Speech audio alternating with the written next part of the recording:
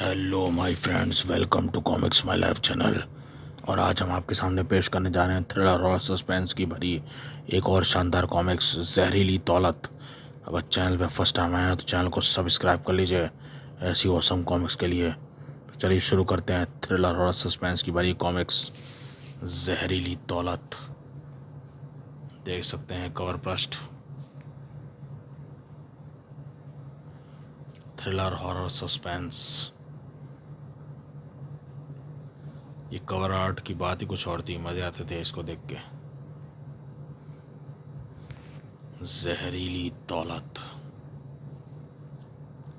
पहाड़ी के टेढ़े मेढ़े रास्ते पर उस कार के टायर भयानक रूप से चीत्कार कर रहे थे। उफ कमबख्त, फिर निकल गई। लगता है आज कोई मछली कांटे में नहीं फंसेगी। और फिर अचानक मछली पकड़ते शंकर ने एक भयानक दृश्य देखा। धड़ाम, हे भगवान! और कार उससे कुछ दूर एक पत्थर पर टकराई। धड़ाम! उफ, न जाने कार चालक का क्या हाल हुआ होगा। शंकर ने कार में झांका। बहरा सांस अभी चल रही है। अनथक प्रयास के पश्चात उसने ड्राइवर को बाहर निकाल लिया। बुरी तरह से घायल है, शायद बचेगा नहीं। और तभी शंकर को महसूस हुआ कि वह मर चुका है। शंकर ने उस जमीन पर लिटा दिया। लगता है गाड़ी के ब्रेक फेल हो गए थे बेचारा। अरे! अचानक वह चौंक पड़ा। वह ओह, हूबहू मेरी शक्ल। मछली पकड़ना भूल गया वह। और शंकर ने तुरंत उसकी तलाशी ले डाली। यह पर्स, इसमें जरूर इसका पता ठिकाना होगा। शंकर ने पर्स खोला। यह तो कोई बहुत बड़ा अमीर लगता है। अरे Shankar, Dilip Kothari, WZ 343, link road, नई दिल्ली। लालची कीटाणु शंकर के मस्तिष्क में पिछवाने लगे। शंकर सोच क्या रहा है बेवकूफ़। बन जा दिलीप कोठारी और अमीर बनने का यह सुनहरी मौका मत गवा। अनायास ही उसके मस्तिष्क पर पसीना उमड़ आया। भाग्य तेरे साथ है शंकर, दरिया के आसपास कोई नहीं है। पागल सा हुआ शंकर दिलीप कोठारी के निकट पहुंचा और उसके कपड़े उतारने लगा। हाँ, मैं बनूंगा दिलीप कोठारी। आज से शंकर मर गया। शंकर दिलीप कोठारी बन गया, लेकिन उस लाश का क्या करूं? अगर उसकी शिनाख्त हो गई तो सारे किए धरे पर पानी फिर जाएगा। यह पत्थर इस मेरी समस्या को हल कर सकता है। पत्थर उठाकर शंकर ने कोठारी के सिर पर पटक दिया। धड़ाक, चिच, प्रच। अब स्वयं देवता भी इसकी सूरत नहीं पहचान पाएंगे। लाश को शंकर ने उफरते दरिया में धकेल दिया। इस दरिया को मछलियां जाने कब से भूखी होंगी। हा हा। फिर कार को वहीं छोड़कर शंकर टैक्सी द्वारा कोठारी के घर चल पड़ा। दुर्घटनाग्रस्त में अपने बचाव को एक मनगढ़ंत कहानी वह सोच चुका था। WZ 340, लिंक रोड, नई दिल्ली। अच्छा साहब, वाह क्या आलीशान बंगला है साहब। इस बंगले का मालिक शायद मैं हूँ। अरे साहब, आप टैक्सी में, वो गाड़ी, आपकी यह हालत। गोरखा के प्रश्नों का उत्तर ना देकर शंकर भीतर चला गया। अब मुझे थोड़ा खुद को परेशान जाहिर करना चाहिए। भीतर कोठारी खूबसूरत बीवी संगीता उसको देखकर उछल पड़ी। दिलीप, तुम तो शहर से बाहर जा रहे थे। ये आपने क्या हालत बना रखी है? कपड़े कैसे फट गए तुम्हारे? जवाब देने की बजाय वह अचानक ही बेहोश होकर गिर पड़ा। घर के सदस्यों के बारे में जानने के लिए कुछ देर बेहोशी का नाटक करना पड़ेगा। अरे क्या हुआ? दीनू, रामू, जल्दी से डॉक्टर को फ़ोन करो। कहते हुए कोठारी और शंकर ठाक लाकर हंस पड़ा। और जेम्स, अब सब मुझे दिलीप कोठारी समझते हैं। शंकर मर चुका है जेम्स।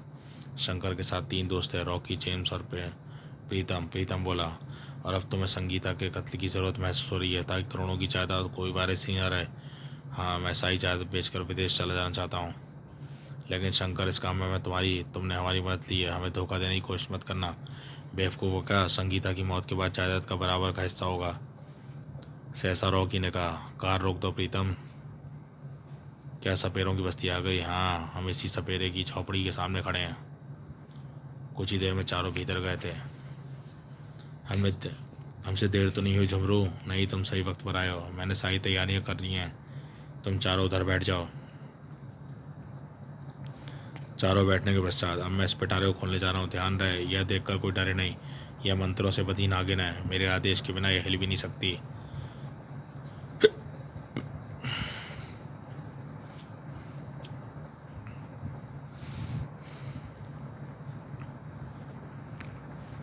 मन ही मन कुछ मंत्र बुदबुदाते हुए उसने पिटारे का ढक्कन हटा दिया और अगले ही पल नागिन का फन फैल गया। हिस, उफ कितनी खतरनाक नागिन है। झमरू मनी मन मंत्रोच्चारण करता रहा। नागिन का फन ऊंचा होता रहा। उफ हे भगवान। और बुत से बने उन चारों ने खौफनाक दृश्य देख रहे थे जबकि उस नागिन का रस्सी की तरह उठा हुआ शरीर वापस पिटारे में समाने लगा। कुछ ही देर बाद सपेरे ने आंखें खोली और चारों तरफ देखकर बोला, लगता है आप लोग इसे देखकर बुरी तरह से डर गए। नहीं झुमरू, यह क्या नागिन सचमुच हमारा काम कर देगी? ज़रूर करेगी। किसी को आनो कान खबर नहीं होगी। यह दुर्घटना है या फिर कत्ल की कोई साजिश। अगर तुम्हारी नागिन ने हमारा काम कर दिया झुमरू, तो हम तुम्हें इस काम की मुँहमांगी दौलत देंगे। वो तो ठीक है, लेकिन उस औरत का कोई कपड़ा लाए हो? हाँ कोठारी, से संगीता के रुमाल वाली डिब्बी दे दो। शंकर ने एक डिब्बी झुमरू की ओर बढ़ा दी। झुमरू ने वह डिब्बी खोली। अब तुम्हारा काम हो ही गया समझो। कल शाम ठीक 6 बजे उस औरत को लेकर बस्ती के पास लगे मेले में पहुंच जाना। जिस औरत का रुमाल है, यह खतरनाक नागिन बड़ी भीड़ में उसे डस लेगी। झुमरू ने रुमाल पिटारे में फेंक दिया और चारों बाहर निकल गए। अगले दिन योजना अनुसार मेले के लिए संगीता को तैयार करके शंकर को दिक्कत पेश नहीं आई। यह मेले का प्रोग्राम बनाकर तुमने बहुत अच्छा किया दिलीप। मैं खुद कई दिनों से बाहर बैठी बोर हो गई थी। बोर तो मैं हो गया हूँ। लाखों करोड़ों रुपयों का मालिक बनने के लिए मरा जा रहा हूँ। क्या सोच रहे हो दिलीप? कहाँ खो गए? हाँ क्या, कुछ नहीं। क्या कह रही थी तुम? लो मेला आ गया। और यह सोचते ही संगीता का कत्ल होने वाला है, शंकर के बदन में झुरझुरी सी दौड़ती चली गई। कार से बाहर निकलती उसकी निगाहें दूर खड़े रॉकी जेम्स प्रीतम पड़ी। और रॉकी जेम्स प्रीतम, वाह दिलीप, आज सारी शाम यहीं बिताएंगे। शंकर आ गया रॉकी, शंकर भी साथ है, आने दो। शंकर ने बेचैनी से रिस्ट वॉच में समय देखा। 6 बजने में 10 मिनट। तुम बार बार घड़ी क्यों देख रहे हो दिलीप? कोई आने वाला है क्या? नहीं तो तुम कुछ घबराए से हो? तुम्हें खाम का वहम हो रहा है। चलो कुछ देर उधर एकांत में चलते हैं। हाँ चलो। तभी ठीक हुआ पलता संगीता के मुंह से तीर चेख निकली। आई। और शंकर के जिस्म से किसी ने बिजली का लंबा तार खींच लिया। दिलीप सच सांप? अरे सांप? लड़की को काट लिया उसने तो। 9 फुटा काला सांप बिल में छिपा बैठा था, उधर झाड़ी में गया है। पलक झपकते ही मेले में सनसनी फैल गई। लोग झाड़ियों की तरफ दौड़े। ढूंढो उसे, देखते ही ख़त्म कर दो वरना फिर किसी को डसेगा कम वक़्त। सावधान में झाड़ियों में छिपा हो सकता है। लेकिन कुछ देर बाद नहीं मिला, पता नहीं कहाँ गायब हो गया। चलो उस लड़की को देखें। उधर जेम्स, रॉकी, प्रीतम शंकर के निकट पहुंचे। यह तो मर जाएगी, इसके मुंह से नीले काले झाग निकल रहे हैं। संगीता, संगीता आगे खोलो संगीता। डॉक्टर है? कोई डॉक्टर है क्या आसपास? डॉक्टर क्या करेगा साहब, इसे किसी काले कोबरा ने डसा है। इसके जहर की कहीं कोई काट नहीं है। रोने की अच्छी एक्टिंग कर रहा है साला। संगीता आंखें खोलो, तुम मुझे छोड़कर नहीं जा सकती। तभी भीड़ में एक व्यक्ति आया और बोला, मैं सपेरा हूँ, हटो, मुझे देखने दो। इसका जहर उतार दो सपेरे, मैं तुम्हें दौलत से माला माल कर दूंगा। सपेरा संगीता की टांग की ओर देखने लगा और अचानक उसकी आंखें फट पड़ी। अब यह नहीं बचेगी साहब। नहीं संगीता, इसका मतलब उस नागिन के कांटे का कोई इलाज नहीं हो सकता। वाह। तभी जेम्स ने नब्ज देखकर उसके मृत होने की घोषणा कर दी। और इस प्रकार बहुत से लोगों को देखते देखते कत्ल कर दिया गया। कोई नहीं जान पाया कि यह मात्र एक दुर्घटना नहीं थी बल्कि साजिश थी। कत्ल की साजिश। योजना सफल हो गई। झुमरू की नागिन ने तो कमाल कर दिया। संगीता का रोड़ा हट गया। पुलिस पहुंची लेकिन बेकार। सीधा साधा स्नेक बाइट का मामला है। उसी शाम संगीता की लाश को दफना दिया गया क्योंकि किसी बुजुर्ग ने सलाह दी कि सांप कांटे को दफनाया ही जाता है। संगीता की मौत के बाद जेम्स, रॉकी, प्रीतम बंगले पर आए और घटना की थी शाम कत्ल हो गया। हज़ारों गवाहों के होते हुए एक भी गवाह ऐसा नहीं जो उसे कत्ल साबित कर सके। देखा शंकर, मैं कहता था ना कि झुमरू ही एकमात्र ऐसा काम कर सकता है। उसने किया भी। मुझे तो अभी भी यकीन नहीं हो रहा कि इस दौलत के हम मालिक बन चुके हैं। प्रीतम बकवास बंद करो, ये दौलत की रट मत लगाओ। शंकर, प्रीतम ठीक कह रहा है, दीवारों के कान होते हैं। ओके सॉरी फ्रेंड्स, बस कुछ दिनों का इंतज़ार करो, उसके बाद ऐशी ऐश। हा हा। उसी रात शंकर के कमरे में ठक ठक ठक ठक। कौन है बाहर?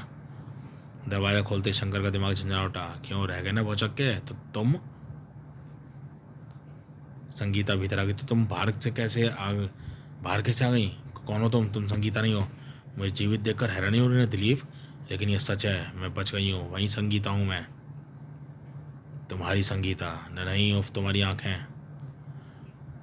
उसी पल कमरे में अंधकार छा गया। चीख पड़ा शंकर, यह अंधकार बिजली को क्या हुआ? कोई, अरे कोई है? मैं हूं ना दिलीप। कंधे पर संगीता का हाथ स्पर्श पाकर वह उछलकर पलटा और इस क्षण उसके मुंह से एक दिल दहलाने में चीख उभर पड़ी, नहीं न नागिन, नागिन, जेम्स, रॉकी, प्रीतम, नागिन। भड़ाक से दरवाजा खोलने के बाद पागलों की तरह चीखता हुआ शंकर कमरे से बाहर निकला, नागिन, नागिन।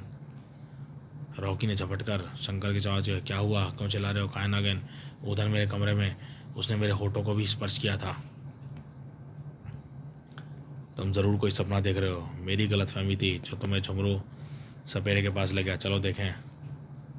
नहीं रॉकी, कमरे में कोई और भी है। कौन है? कोई और? कौन? संगीता। संगीता?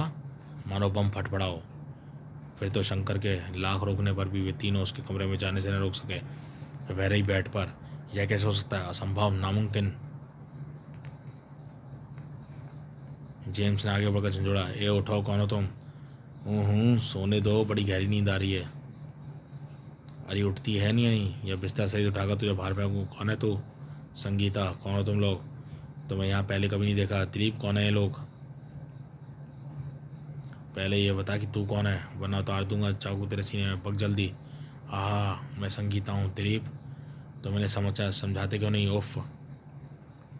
रॉकी ने एक झन्नाटेदार थप्पड़ उसके गाल पर चढ़ दिया। फिर दाढ़ी, बकवास करती है। संगीता को तो हम खुद जमीन में गाड़ के आए हैं। नागिन ने काटा था उसे। तभी प्रीतम बोला, संगीता? रॉकी, अगर ये संगीता है तो इसकी टांग पर नागिन कांटे का निशान होगा। मैं देखता हूँ। निशान तो है। नहीं, ये नहीं हो सकता। इससे पूछो रॉकी, पूछो कि ये कब्र फाड़ कर कैसे बाहर निकल आई, बच कैसे गई। यह ज़रूर बताएगी। चल शुरू हो जा, बता। 3 दिन कब्रों में रहने के बाद कैसे बच गई तू? ठीक उसी पल संगीता एक नागिन में परिवर्तित होकर तेजी से लपकी। नागिन? वही झुमरू वाली नागिन। चारों तरफ लपकाए तो कहाँ गई? संगीता नागिन में कैसे बदल गई? उफ, क्या चक्कर है। उस रात चारों की नींद उड़ गई थी। फिर अगले दिन प्रातः रॉकी, जेम्स, प्रीतम तो ना चाहते हुए नींद की आगोश में जकड़े गए थे। एक तेज आवाज़ सुनकर उसे, रॉकी, जेम्स, प्रीतम, या तो शंकर की आवाज़ है। फिर शंकर, क्या हुआ? तुम्हारा चेहरा शंकर? मेरा चेहरा आबनूस की तरह काला पड़ गया है। कल रात नागिन ने मेरे होठों को चूमा था। वह उसी विष का असर है। यह तुम्हारे कान के नीचे फोड़ा कैसा है? यह क्या है? रॉकी ने नेत्र विचित्र अनजान में सिकुड़े। दूसरे ही पल उसने किसी एक पिन को ढूंढ लाया और, बताओ कोठारी, इस पिन की चुभन का एहसास हो रहा है? नहीं, मुझे तो कुछ महसूस नहीं हो रहा। तुम चुप क्यों रॉकी? कैसा घाव है? जहरबाद का फोड़ा है ये। इसे कार्ब कल भी कहते हैं। कांब कल? शंकर गिरने को हुआ। रॉकी ने संभाल लिया, फिर गुर्राया, जब तक तुम झुमरू की शरारत लगती है। वह मैं नागिन को उठाकर ब्लैकमेल करना चाहता है। उस झुमरू के टुकड़े टुकड़े कर डालूंगा मैं। जेम्स, तुम मेरे साथ आओ। रॉकी, अगर संगीता लौट आया है तो अब उसे जाने मत देना। ड्राइविंग सीट संभालते ही प्रीतम ने कार को तूफान के समान दौड़ा दिया। अगर उस हरकत में झुमरू का हाथ हुआ तो उसे वहीं कत्ल कर डालूंगा। जेम्स, पहले मैं उस हरामजादे की गर्दन मरोड़ने के लिए पहचानूं। प्रीतम। फिर कार झुमरू के झोपड़ी पर रुकी। दोनों ही कार से बाहर निकल गए। संगीता, ये यहाँ कैसे आ गई? उसे पकड़ना होगा, जल्दी करो जेम्स। दोनों ही झटके से बाहर निकले। वह तो झोंपड़ी में गई है, अब वह बच नहीं सकती। पीछे गई है। अभी तो इधर थी, कहाँ चली गई? कहाँ गायब हो गई? खैर, बचकर कहाँ जाएगी। आओ, अब तो मुझे पूरा यकीन हो गया है कि झुमरू ने कोई चक्कर शुरू कर दिया है। दोनों दरवाजे खोलकर अंदर गए। अंदर अंधेरा है, लाइट चलाओ। लाइट ऑन करते ही जेम्स चीख पड़ा, झुमरू की लाश? इसके माथे से खून बह रहा है, सारा शरीर नीला पड़ता जा रहा है। कल रात हमने संगीता को नगीना से नागिन में बदलते देख लिया था, और अब यहाँ संगीता की मौजूदगी बता रही है कि यह झुमरू की भी उसी नागिन का शिकार हुआ है। अचानक कुछ याद करती प्रीतम एक पिटारे की ओर लपका। उसे खोलते ही दिमाग बक्स उड़ गया। नागिन गायब है। जेम्स, क्या?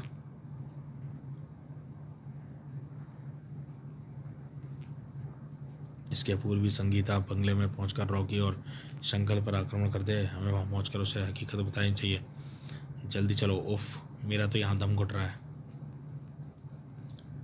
लेकिन अभी दहलीज पर कदम रखा था कि दोनों ने जेम्स चीख पड़ा, आहा!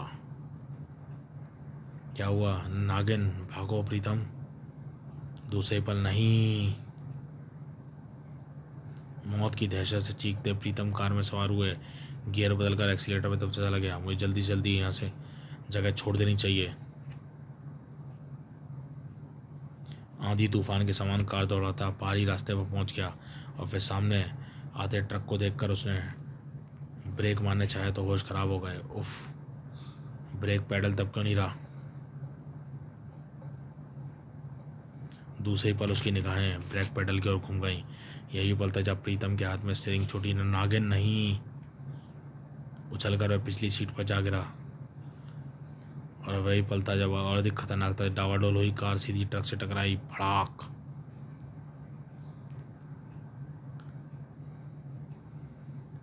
बड़ाम। ट्रक के ड्राइवर क्लीनर वह बचा नहीं होगा, लेकिन फिर भी एक बार देख लेते हैं। मैं भी यही कहने वाला था। नीचे पहुंचने पर ओह, विश्वास नहीं होता, कुदरत के रंग अनोखे। चलो उठाए इसे अस्पताल ले चलना होगा। उस्ताद, ये इतने भयानक एक्सीडेंट के बाद भी जिंदा है। अस्पताल की कुछ देर प्रीतम को होश आया और उसके परिणाम स्वरूप रॉकी वहीं पहुंच चुका था। डॉक्टर, कैसी हालत है इसकी? कुछ कहा नहीं जा सकता, सारी हड्डी पसलियाँ टूट चुकी हैं। आश्चर्य है कि अब तक जीवित कैसे है। उस क्षण प्रीतम कराया फिर उड़ाया। संगीता, नागिन, झुमरू, जेम्स मार डाला। आहा। इसी के साथ उसकी आवाज़ हमेशा के लिए शांत हो गई।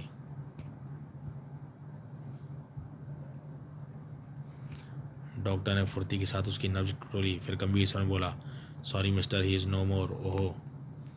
इसी से पूर्व डॉक्टर कुछ पूछ पाता रॉकी वार्ड से निकला। प्रीतम की बड़ाहट से लगता है कि जेम्स भी मारा जा चुका है और झुमरू भी, और इन तीनों की मौत में नागिन का हाथ है। रॉकी शीघ्रता से कार पर सवार होकर कोठारी और शंकर के बंगले की ओर चल पड़ा। संगीता के एकाएक जीवित होने में कोई रहस्यवश है। न जाने शंकर की हालत होगी। उसकी सूरत देखकर ही घृणा होती है। अब मैं यहाँ नहीं रुकूंगा, लेकिन जाने से पहले तिजोरी का माल तो मेरे हाथ लग ही सकता है। तकिए की नीचे चाबी थी, यह बात तो मैं जानता था। और फिर हाँ, जेम्स और प्रीतम मर गए। शंकर सड़ता रहे नरक में। मुझे बेमौत नहीं मरना, इतनी दौलत मेरे लिए काफ़ी है। और ठीक है उसी पर रॉकी, क्या कह रहा है तू वहाँ कौन से शंकर? कमरे में बदबू का एक तीव्र से झोंका घुसता चला गया। बड़ी मुश्किल से सगा संसार। ओहो, समझे, दौलत समेट कर फरार होना चाहता तू? शंकर, तो मेरे पास मत आना। शंकर, दूर रह मुझसे। बदबू से दिमाग फट जा रहा था रॉकी का। पके हुए फोड़े का रूप शंकर भयानक अंदाज में आगे बढ़ता। कमीने तगवा, नरक में रहकर मैं तुझे ऐसी ऐशो आराम की जिंदगी जीने दूं? नहीं रॉकी, रुक जा। शंकर, तू कौड़ी सा हो गया है। तेरी जिंदगी नरक बन चुकी है। मुझे इस नरक में मत घसीट। रुक जा कमीने। दूसरी पर रॉकी ने उछल कर कुर्सी उठा ली और शंकर पर खींच मारी। तड़ाक। कमीने, जो पाप हमने किया है उसकी सजा तो हम सबको भुगतनी होगी। नहीं। यह कहते ही शंकर ने रॉकी पर छलांग लगा दी। नहीं। बहुत ही हड़बड़ी में रॉकी के हाथ आ गई शंकर की गर्दन। कुत्ते हरामजादे, जान से मार डालूंगा मैं तुझे। गु। तेरे मरने के बाद सारी दौलत मेरी होगी। हा हा। Hello hello police. हा। अब यह दौलत मेरी है, मुझे इससे कोई नहीं छीन सकता। ओहो, रिवॉल्वर यह भी काम आएगी। लेकिन बाहर निकलती वहीं रुक जाइए मिस्टर रॉकी, आपको कोठारी साहब के इल्ज़ाम में कत्ल के इल्ज़ाम में गिरफ्तार किया जाता है। ठहरिए इंस्पेक्टर साहब। आवाज़ की दिशा में निगाहें जाते ही इंस्पेक्टर की आंखें फैलती गई। तुम संगीता? लेकिन तुम तो संगीता। आप ठीक सोच रहे हैं इंस्पेक्टर साहब, चूँकि संगीता वास्तव में मर चुकी है। उसे जीवित किया है योगी बाबा ने, जो उस समय मौजूद थे जब मुझे नागिन ने काटा था। उन्होंने मुझे कब्र से निकाला। तुझे मंत्र शक्ति से बंधी नागिन ने डसा गया है। तुझ पर अन्याय हुआ है बेटी, लेकिन इंसानियत के नाते मैं अन्याय नहीं होने दूंगा। मैं तुझे एक बार फिर जिंदा करूंगा। लोग ठीक कहते हैं कि जिस नागिन ने तुझे डसा है उसके डसे का कहीं कोई इलाज नहीं, लेकिन मैं तुझे फिर भी जीवित करूंगा। और फिर तुझे आना होगा दुष्ट नागिन। उन्होंने अपनी मंत्र शक्ति से नागिन को बुलाया। दुष्ट नागिन, तूने एक निर्दोष की औरत की जान ली है। बोल, तुझे क्या दंड दूँ? मुझे क्षमा करें योगी बाबा, मैं मजबूर थी। मंत्र शक्ति से बंधी अपने मालिक का आदेश मानने पर मजबूर थी मैं। तेरे मालिक ने तुझे ऐसा आदेश क्यों दिया? क्योंकि उसका नकली पति और शंकर उसकी हत्या करके सारी दौलत हड़प जाना चाहता था। सपेरा लालच में फंस गया था। और तब तू उसी वक्त मेरा एक आदेश मानना होगा, अन्यथा मैं तो जलाकर भस्म कर दूंगा। तू सारी उम्र प्रेत योनि में सड़ती रहेगी। नहीं बाबा, ऐसा मत करना, मैं आपका हर देश में आज मानूंगी। तुझे अपना शरीर त्याग कर इस नारी के रूप में आकर इच्छाधारी नागिन बनना होगा। बोल क्या तो यार है। और इस प्रकार धुएं का रूप लेकर संगीता के शरीर में प्रविष्ट हो गई। और तब अब तू एक इच्छाधारी नागिन है। तुझे इसके हत्यारों को दंड देना है और यह कार्य संपन्न होते ही तू मेरे बंधन से मुक्त हो जाएगी। जी। और जब मुझे होश आया तो मैं स्वयं को उस योगी बाबा के सामने पाया। आहा, मैं कहाँ हूँ। घबरा मत बेटी, तू इसी संसार में है। उस नागिन के कारण तू मौत की नींद सो गई थी। अब नागिन कारण ही तुझे एक नया जन्म मिला है। हाँ, मुझे सब कुछ याद है। लेकिन बाबा आप कौन है? योगी बाबा। जा बेटी, ईश्वर तेरी इच्छा पूरी करेगा। और बस शायद वह योगी बाबा कोई भगवान था जो मुझे नया जीवन देकर कहीं चले गए। और आज मेरा पूरा बदला पूरा होने वाला है। जिस संगीत के लिए, दौलत के लिए इन्होंने संगीता की मौत का षड्यंत्र रचा, वह इनके लिए जहरीली दौलत साबित होगी। इंस्पेक्टर, मैं तो ये जीवित नहीं छोड़ूंगा। नागिन, यह सुनते ही रॉकी रिवॉल्वर निकाल कर संगीता पर फायर जो का धाएं। लेकिन संगीता वहाँ कहाँ थी, वो तो नागिन बन चुकी थी। और दोबारा फायर करने के लिए रॉकी का हाथ उठा और इधर नागिन ने उसे उड़ते हुए उसके मस्तिष्क पर डस लिया। सक आहा। और गोली भी चली तो नागिन के जिस्म में धसी। आहा, धाएं, आहा, कमीनी। यह सब कुछ इतना तीव्रता से हुआ, कोई कुछ समझ नहीं पाया। देखते देखते मृत नागिन संगीता की लाश में बदल गई और इच्छाधारी नागिन का बदला पूरा हो गया। हवलदार, दोनों लाशों को पोस्टमार्टम के लिए भेजने की तैयारी करो। Yes sir. और इस प्रकार पूरा हुआ एक नागिन का बदला, जिसे अपने पाप के प्रायश्चित के लिए उसी का जिस्म धारण करना पड़ा जिसे उसने डसा था। समाप्त। तो दोस्तों, ये शानदार थ्रिलर और सस्पेंस की कॉमिक्स यहीं समाप्त होती है। जहरीली दौलत ये कॉमिक्स कैसी लगी आपको बताइएगा। चैनल पर फर्स्ट टाइम आए, चैनल को सब्सक्राइब कीजिए, लाइक कीजिए, कमेंट कीजिए, शेयर कीजिए। तो चलिए मिलते हैं फिर किसी और कॉमिक्स में। देखते रहिए कॉमिक्स माय लाइफ चैनल।